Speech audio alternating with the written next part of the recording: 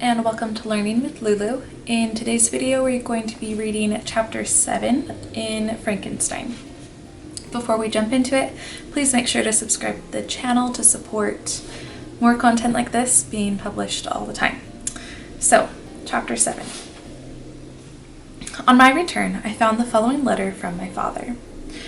My dear Victor, you have probably waited impatiently for a letter to fix the date of your return to us, and I was at first tempted to write only a few lines, merely mentioning the day on which I should expect you, but that would be a cruel kindness, and I dare not do it.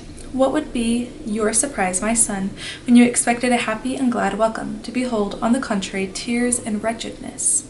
And how, Victor, can I relate our misfortune? Absence cannot have rendered you callous to our joys and griefs, and how shall I inflict pain on my long-absent son? I wish to prepare you for the woeful news, but I know it is impossible. Even now your eye skims over the page to seek the words which are to convey to you the horrible tidings. William is dead. That sweet child whose smiles delighted and warmed my heart, who was so gentle, yet so gay. Victor, he is murdered. I will not attempt to console you, but will simply relate the circumstances of the transaction. Last Thursday, May 7th, I, my niece, and your two brothers went to walk in Palace, which is a grassy plain to the south of Geneva used by promenaders.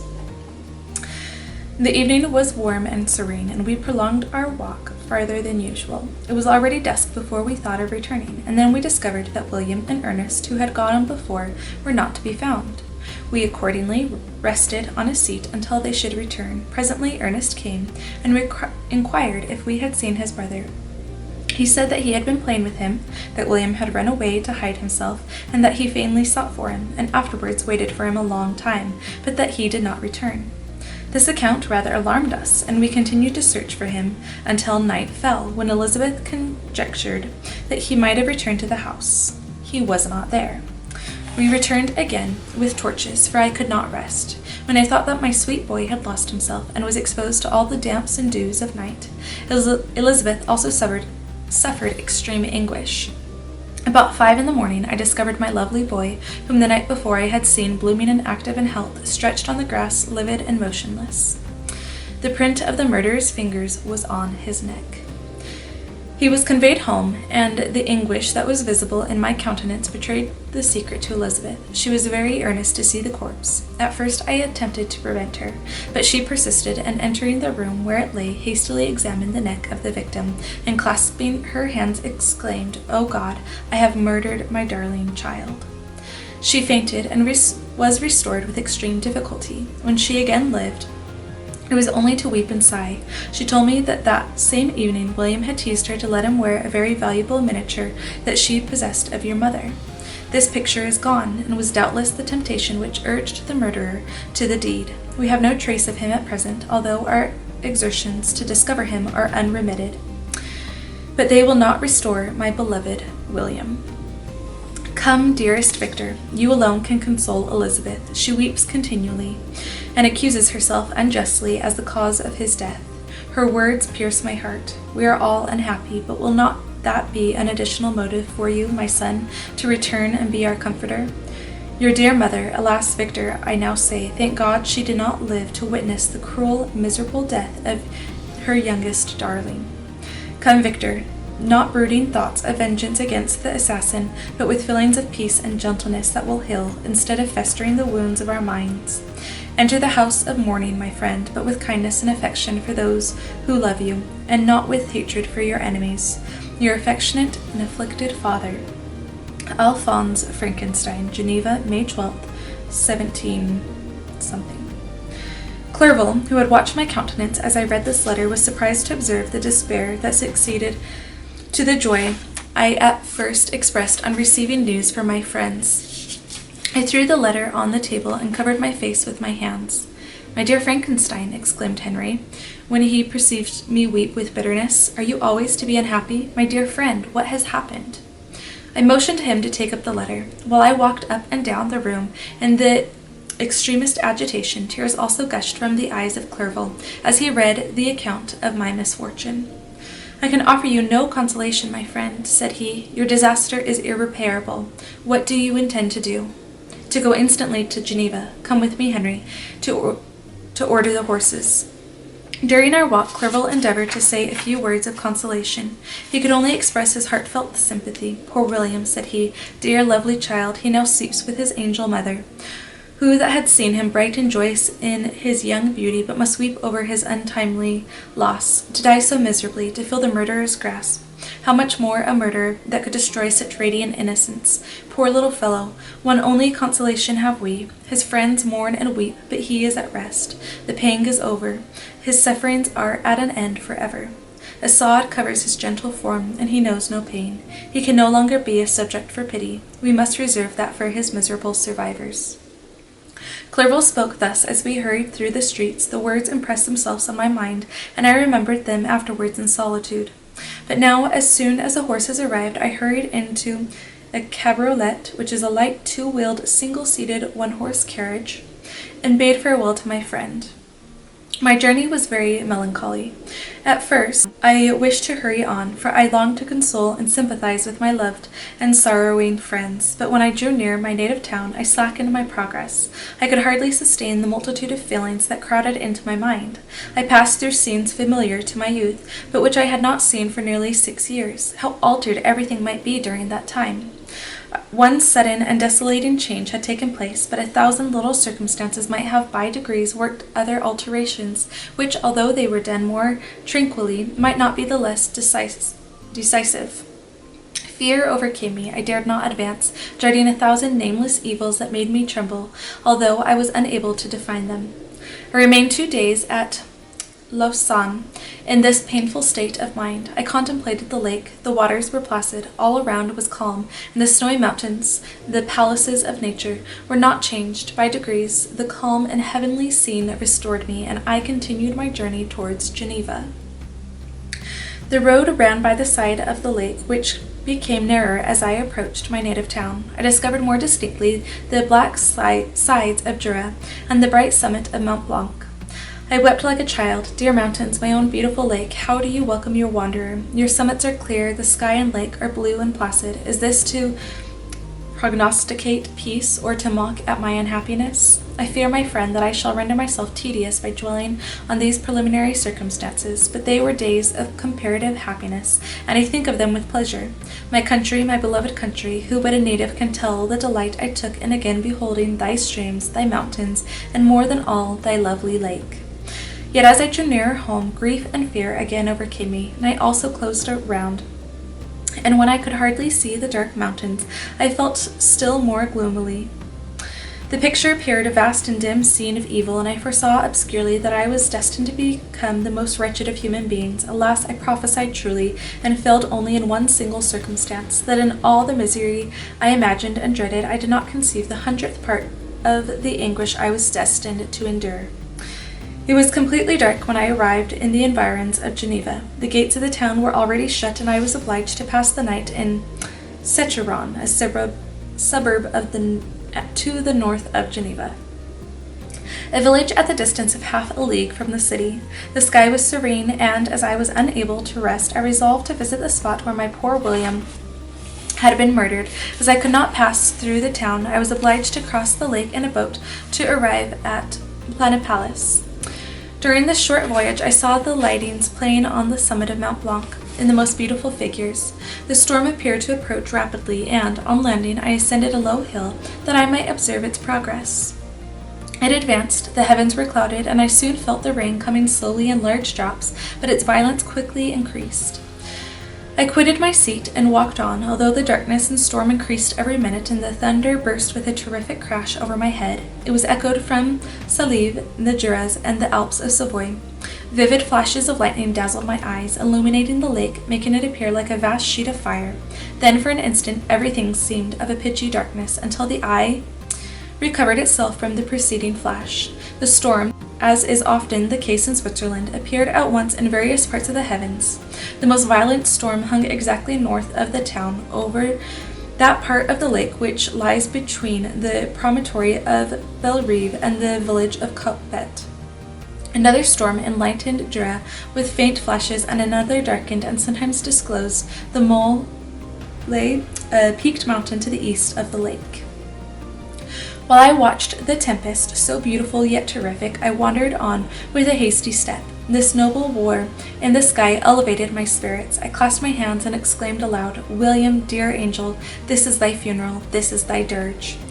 As I said these words, I perceived in the gloom a figure which stole from behind a clump of trees near me. I stood fixed, gazing intently. I could not be mistaken. A flash of lightning illuminated the object and discovered its shape plainly to me, its gigantic stature, and the deformity of its aspect, more hideous than belongs to humanity, instantly informed me that it was the wretch, the filthy demon, to whom I had given life. What did he there? Could he be, I shuddered at the conception, the murderer of my brother? No sooner did that idea cross my imagination than I became convinced of its truth. My teeth chattered, and I was forced to lean against a tree for support. The figure passed me quickly, and I lost it in the gloom. Nothing in human shape could have destroyed that fair child. He was the murderer. I could not doubt it. The mere presence of the idea was an irresistible proof of the fact. I thought of pursuing the devil, but it would have been in vain, for another flash discovered him to me hanging among the rocks of a nearly perpendicular ascent of Mont Salève, a hill that bounds Plain Palais on the south. He soon reached the summit and disappeared. I remained motionless. The thunder ceased, but the rain still continued, and the scene was enveloped in an impenetrable darkness. I revolved in my mind the events which I had until now sought to forget, the whole train of my progress towards the creation, the appearance of the work of my own hands alive at my bedside, its departure. 2 years had now nearly elapsed since the night on which he first received life, and was this his first crime? Alas, I had turned loose into the world a depraved wretch, whose delight was in carnage and misery. Had he not murdered my brother? No one can conceive the anguish I suffered during the remainder of the night, which I spent cold and wet in the open air. But I did not feel the inconvenience of the weather. My imagination was busy in scenes of evil and despair. I considered the being whom I had cast among mankind, and endowed with the will and power to effect purposes of horror, such as the deed which he had now done, nearly in the light of my own vampire, my own spirit let loose from the grave, and forced to destroy all that was dear to me. Day dawned, and I directed my steps towards the town. The gates were open, and I hastened to my father's house. My first thought was to discover what I knew of the murder, and cause instant pursuit to be made, but I paused when I reflected on the story that I had to tell. The being whom I myself had formed and endued with life had met me at midnight among the precipices of an inaccessible mountain. I remembered also the nervous fever with which I had been seized just at the time that I had dated my creation, and which would give an air of delirium to a tale otherwise so utterly improbable. I well knew that if any other had communicated such a relation to me, I should have looked upon it as the ravings of insanity. Besides, the strange nature of the animal would elude all pursuit, even if I were so far credited as to persuade my relatives to commence it. And then, of what use would be pursuit? Who could arrest a creature capable of scaling the overhanging sides of Mont Salève? These reflections determined me, and I resolved to remain silent. It was about 5 a.m. when I entered my father's house. I told the servants not to disturb the family, and went into the library to attend their usual hour of rising. 6 years had elapsed, passed as a dream, but for one indelible trace, and I stood in the same place where I had last embraced my father before my departure for Ingolstadt. Beloved and venerable parent, he still remained to me. I gazed on the picture of my mother, which stood over the mantelpiece. It was an historical subject painted at my father's desire, and represented Caroline Beaufort in an agony of despair kneeling by the coffin of her dead father. Her garb was rustic and her cheek pale, but there was an air of dignity and beauty that hardly permitted the sentiment of pity. Below this picture was a miniature of William, and my tears flowed when I looked upon it. While I was thus engaged, Ernest entered. He had heard me arrive and hastened to welcome me. He expressed a sorrowful delight to see me. "Welcome, my dearest Victor," said he. "Ah, I wish you had come 3 months ago, and then you would have found us all joyous and delighted. You come to us now to share a misery which nothing can alleviate, yet your presence will, I hope, revive our father." who seems sinking under his misfortune, and your persuasions will induce poor Elizabeth to cease her vain and tormenting self-accusations. Poor William, he was our darling and our pride." Tears unrestrained fell from my brother's eyes. A sense of mortal agony crept over my frame. Before I had only imagined the wretchedness of my desolated home, the reality came on me as a new and not less terrible disaster. I tried to calm Ernest. I inquired more minutely concerning my father, and her I named my cousin.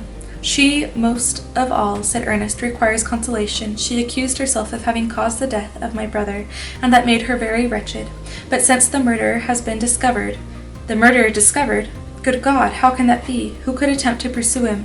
It is impossible. One might as well try to overtake the winds or confine a mountain stream with a straw. I saw him, too. He was free last night." "I do not know what you mean," replied my brother, in accents of wonder, "but to us the discovery we have made completes our misery. No one would believe it at first, and even now Elizabeth will not be convinced, notwithstanding all the evidence. Indeed, who would credit that Justine Mortiz, who was so amiable and fond of all the family, could suddenly become capable of so frightful, so appalling a crime?" "Justine Mortiz? Poor girl. Is she the accused?" "But it is wrongfully. Everyone knows that. No one believes it, surely, Ernest." "No one did at first, but several circumstances came out that have almost forced conviction upon us, and her own behavior has been so confused as to add to the evidence of facts a weight that, I fear, leaves no hope for doubt. But she will be tried today, and you will then hear all." He related that the morning on which the murder of poor William had been discovered, Justine had been taken ill, and confined to her bed for several days. During this interval, one of the servants happened to examine the apparel she had worn on the night of the murder, had discovered in her pocket the picture of my mother, which had been judged to be the temptation of the murderer. The servant instantly showed it to one of the others, who, without saying a word to any of the family, went to a magistrate, and upon their deposition, Justine was apprehended. On being charged with the fact, the poor girl confirmed the suspicion in a great measure by her extreme confusion of manner. This was a strange tale, but it did not shake my faith, and I replied earnestly, "You are all mistaken. I know the murderer. Justine, poor good Justine, is innocent." At that instant my father entered. I saw unhappiness deeply impressed on his countenance, but he endeavored to welcome me cheerfully, and, after we had exchanged our mournful greeting, would have introduced some other topic than that of our disaster, had not Ernest exclaimed, "Good God, Papa! Victor says that he knows who was the murderer of poor William." "We do also, unfortunately," replied my father, "for indeed I had rather have been forever ignorant than have discovered so much depravity and ingratitude in one I valued so highly. My dear father, you are mistaken. Justine is innocent. If she is, God forbid that she should suffer as guilty. She is to be tried today, and I sincerely hope that she will be acquitted." This speech calmed me. I was firmly convinced in my own mind that Justine, and indeed every human being, was guiltless of this murder. I had no fear, therefore, that any circumstantial evidence could be brought forward strong enough to convict her. My tale was not one to announce publicly. Its astounding horror would be looked upon as madness by the vulgar.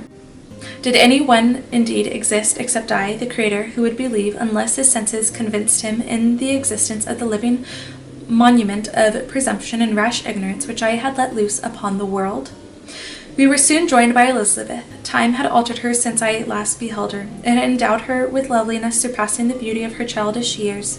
There was the same candor, the same vivacity, but it was allied to an expression more full of sensibility and intellect. She welcomed me with the greatest affection. "Your arrival, my dear cousin," said she, "fills me with hope. You perhaps will find some means to justify my poor guiltless Justine. Alas, who is safe if she be convicted of crime?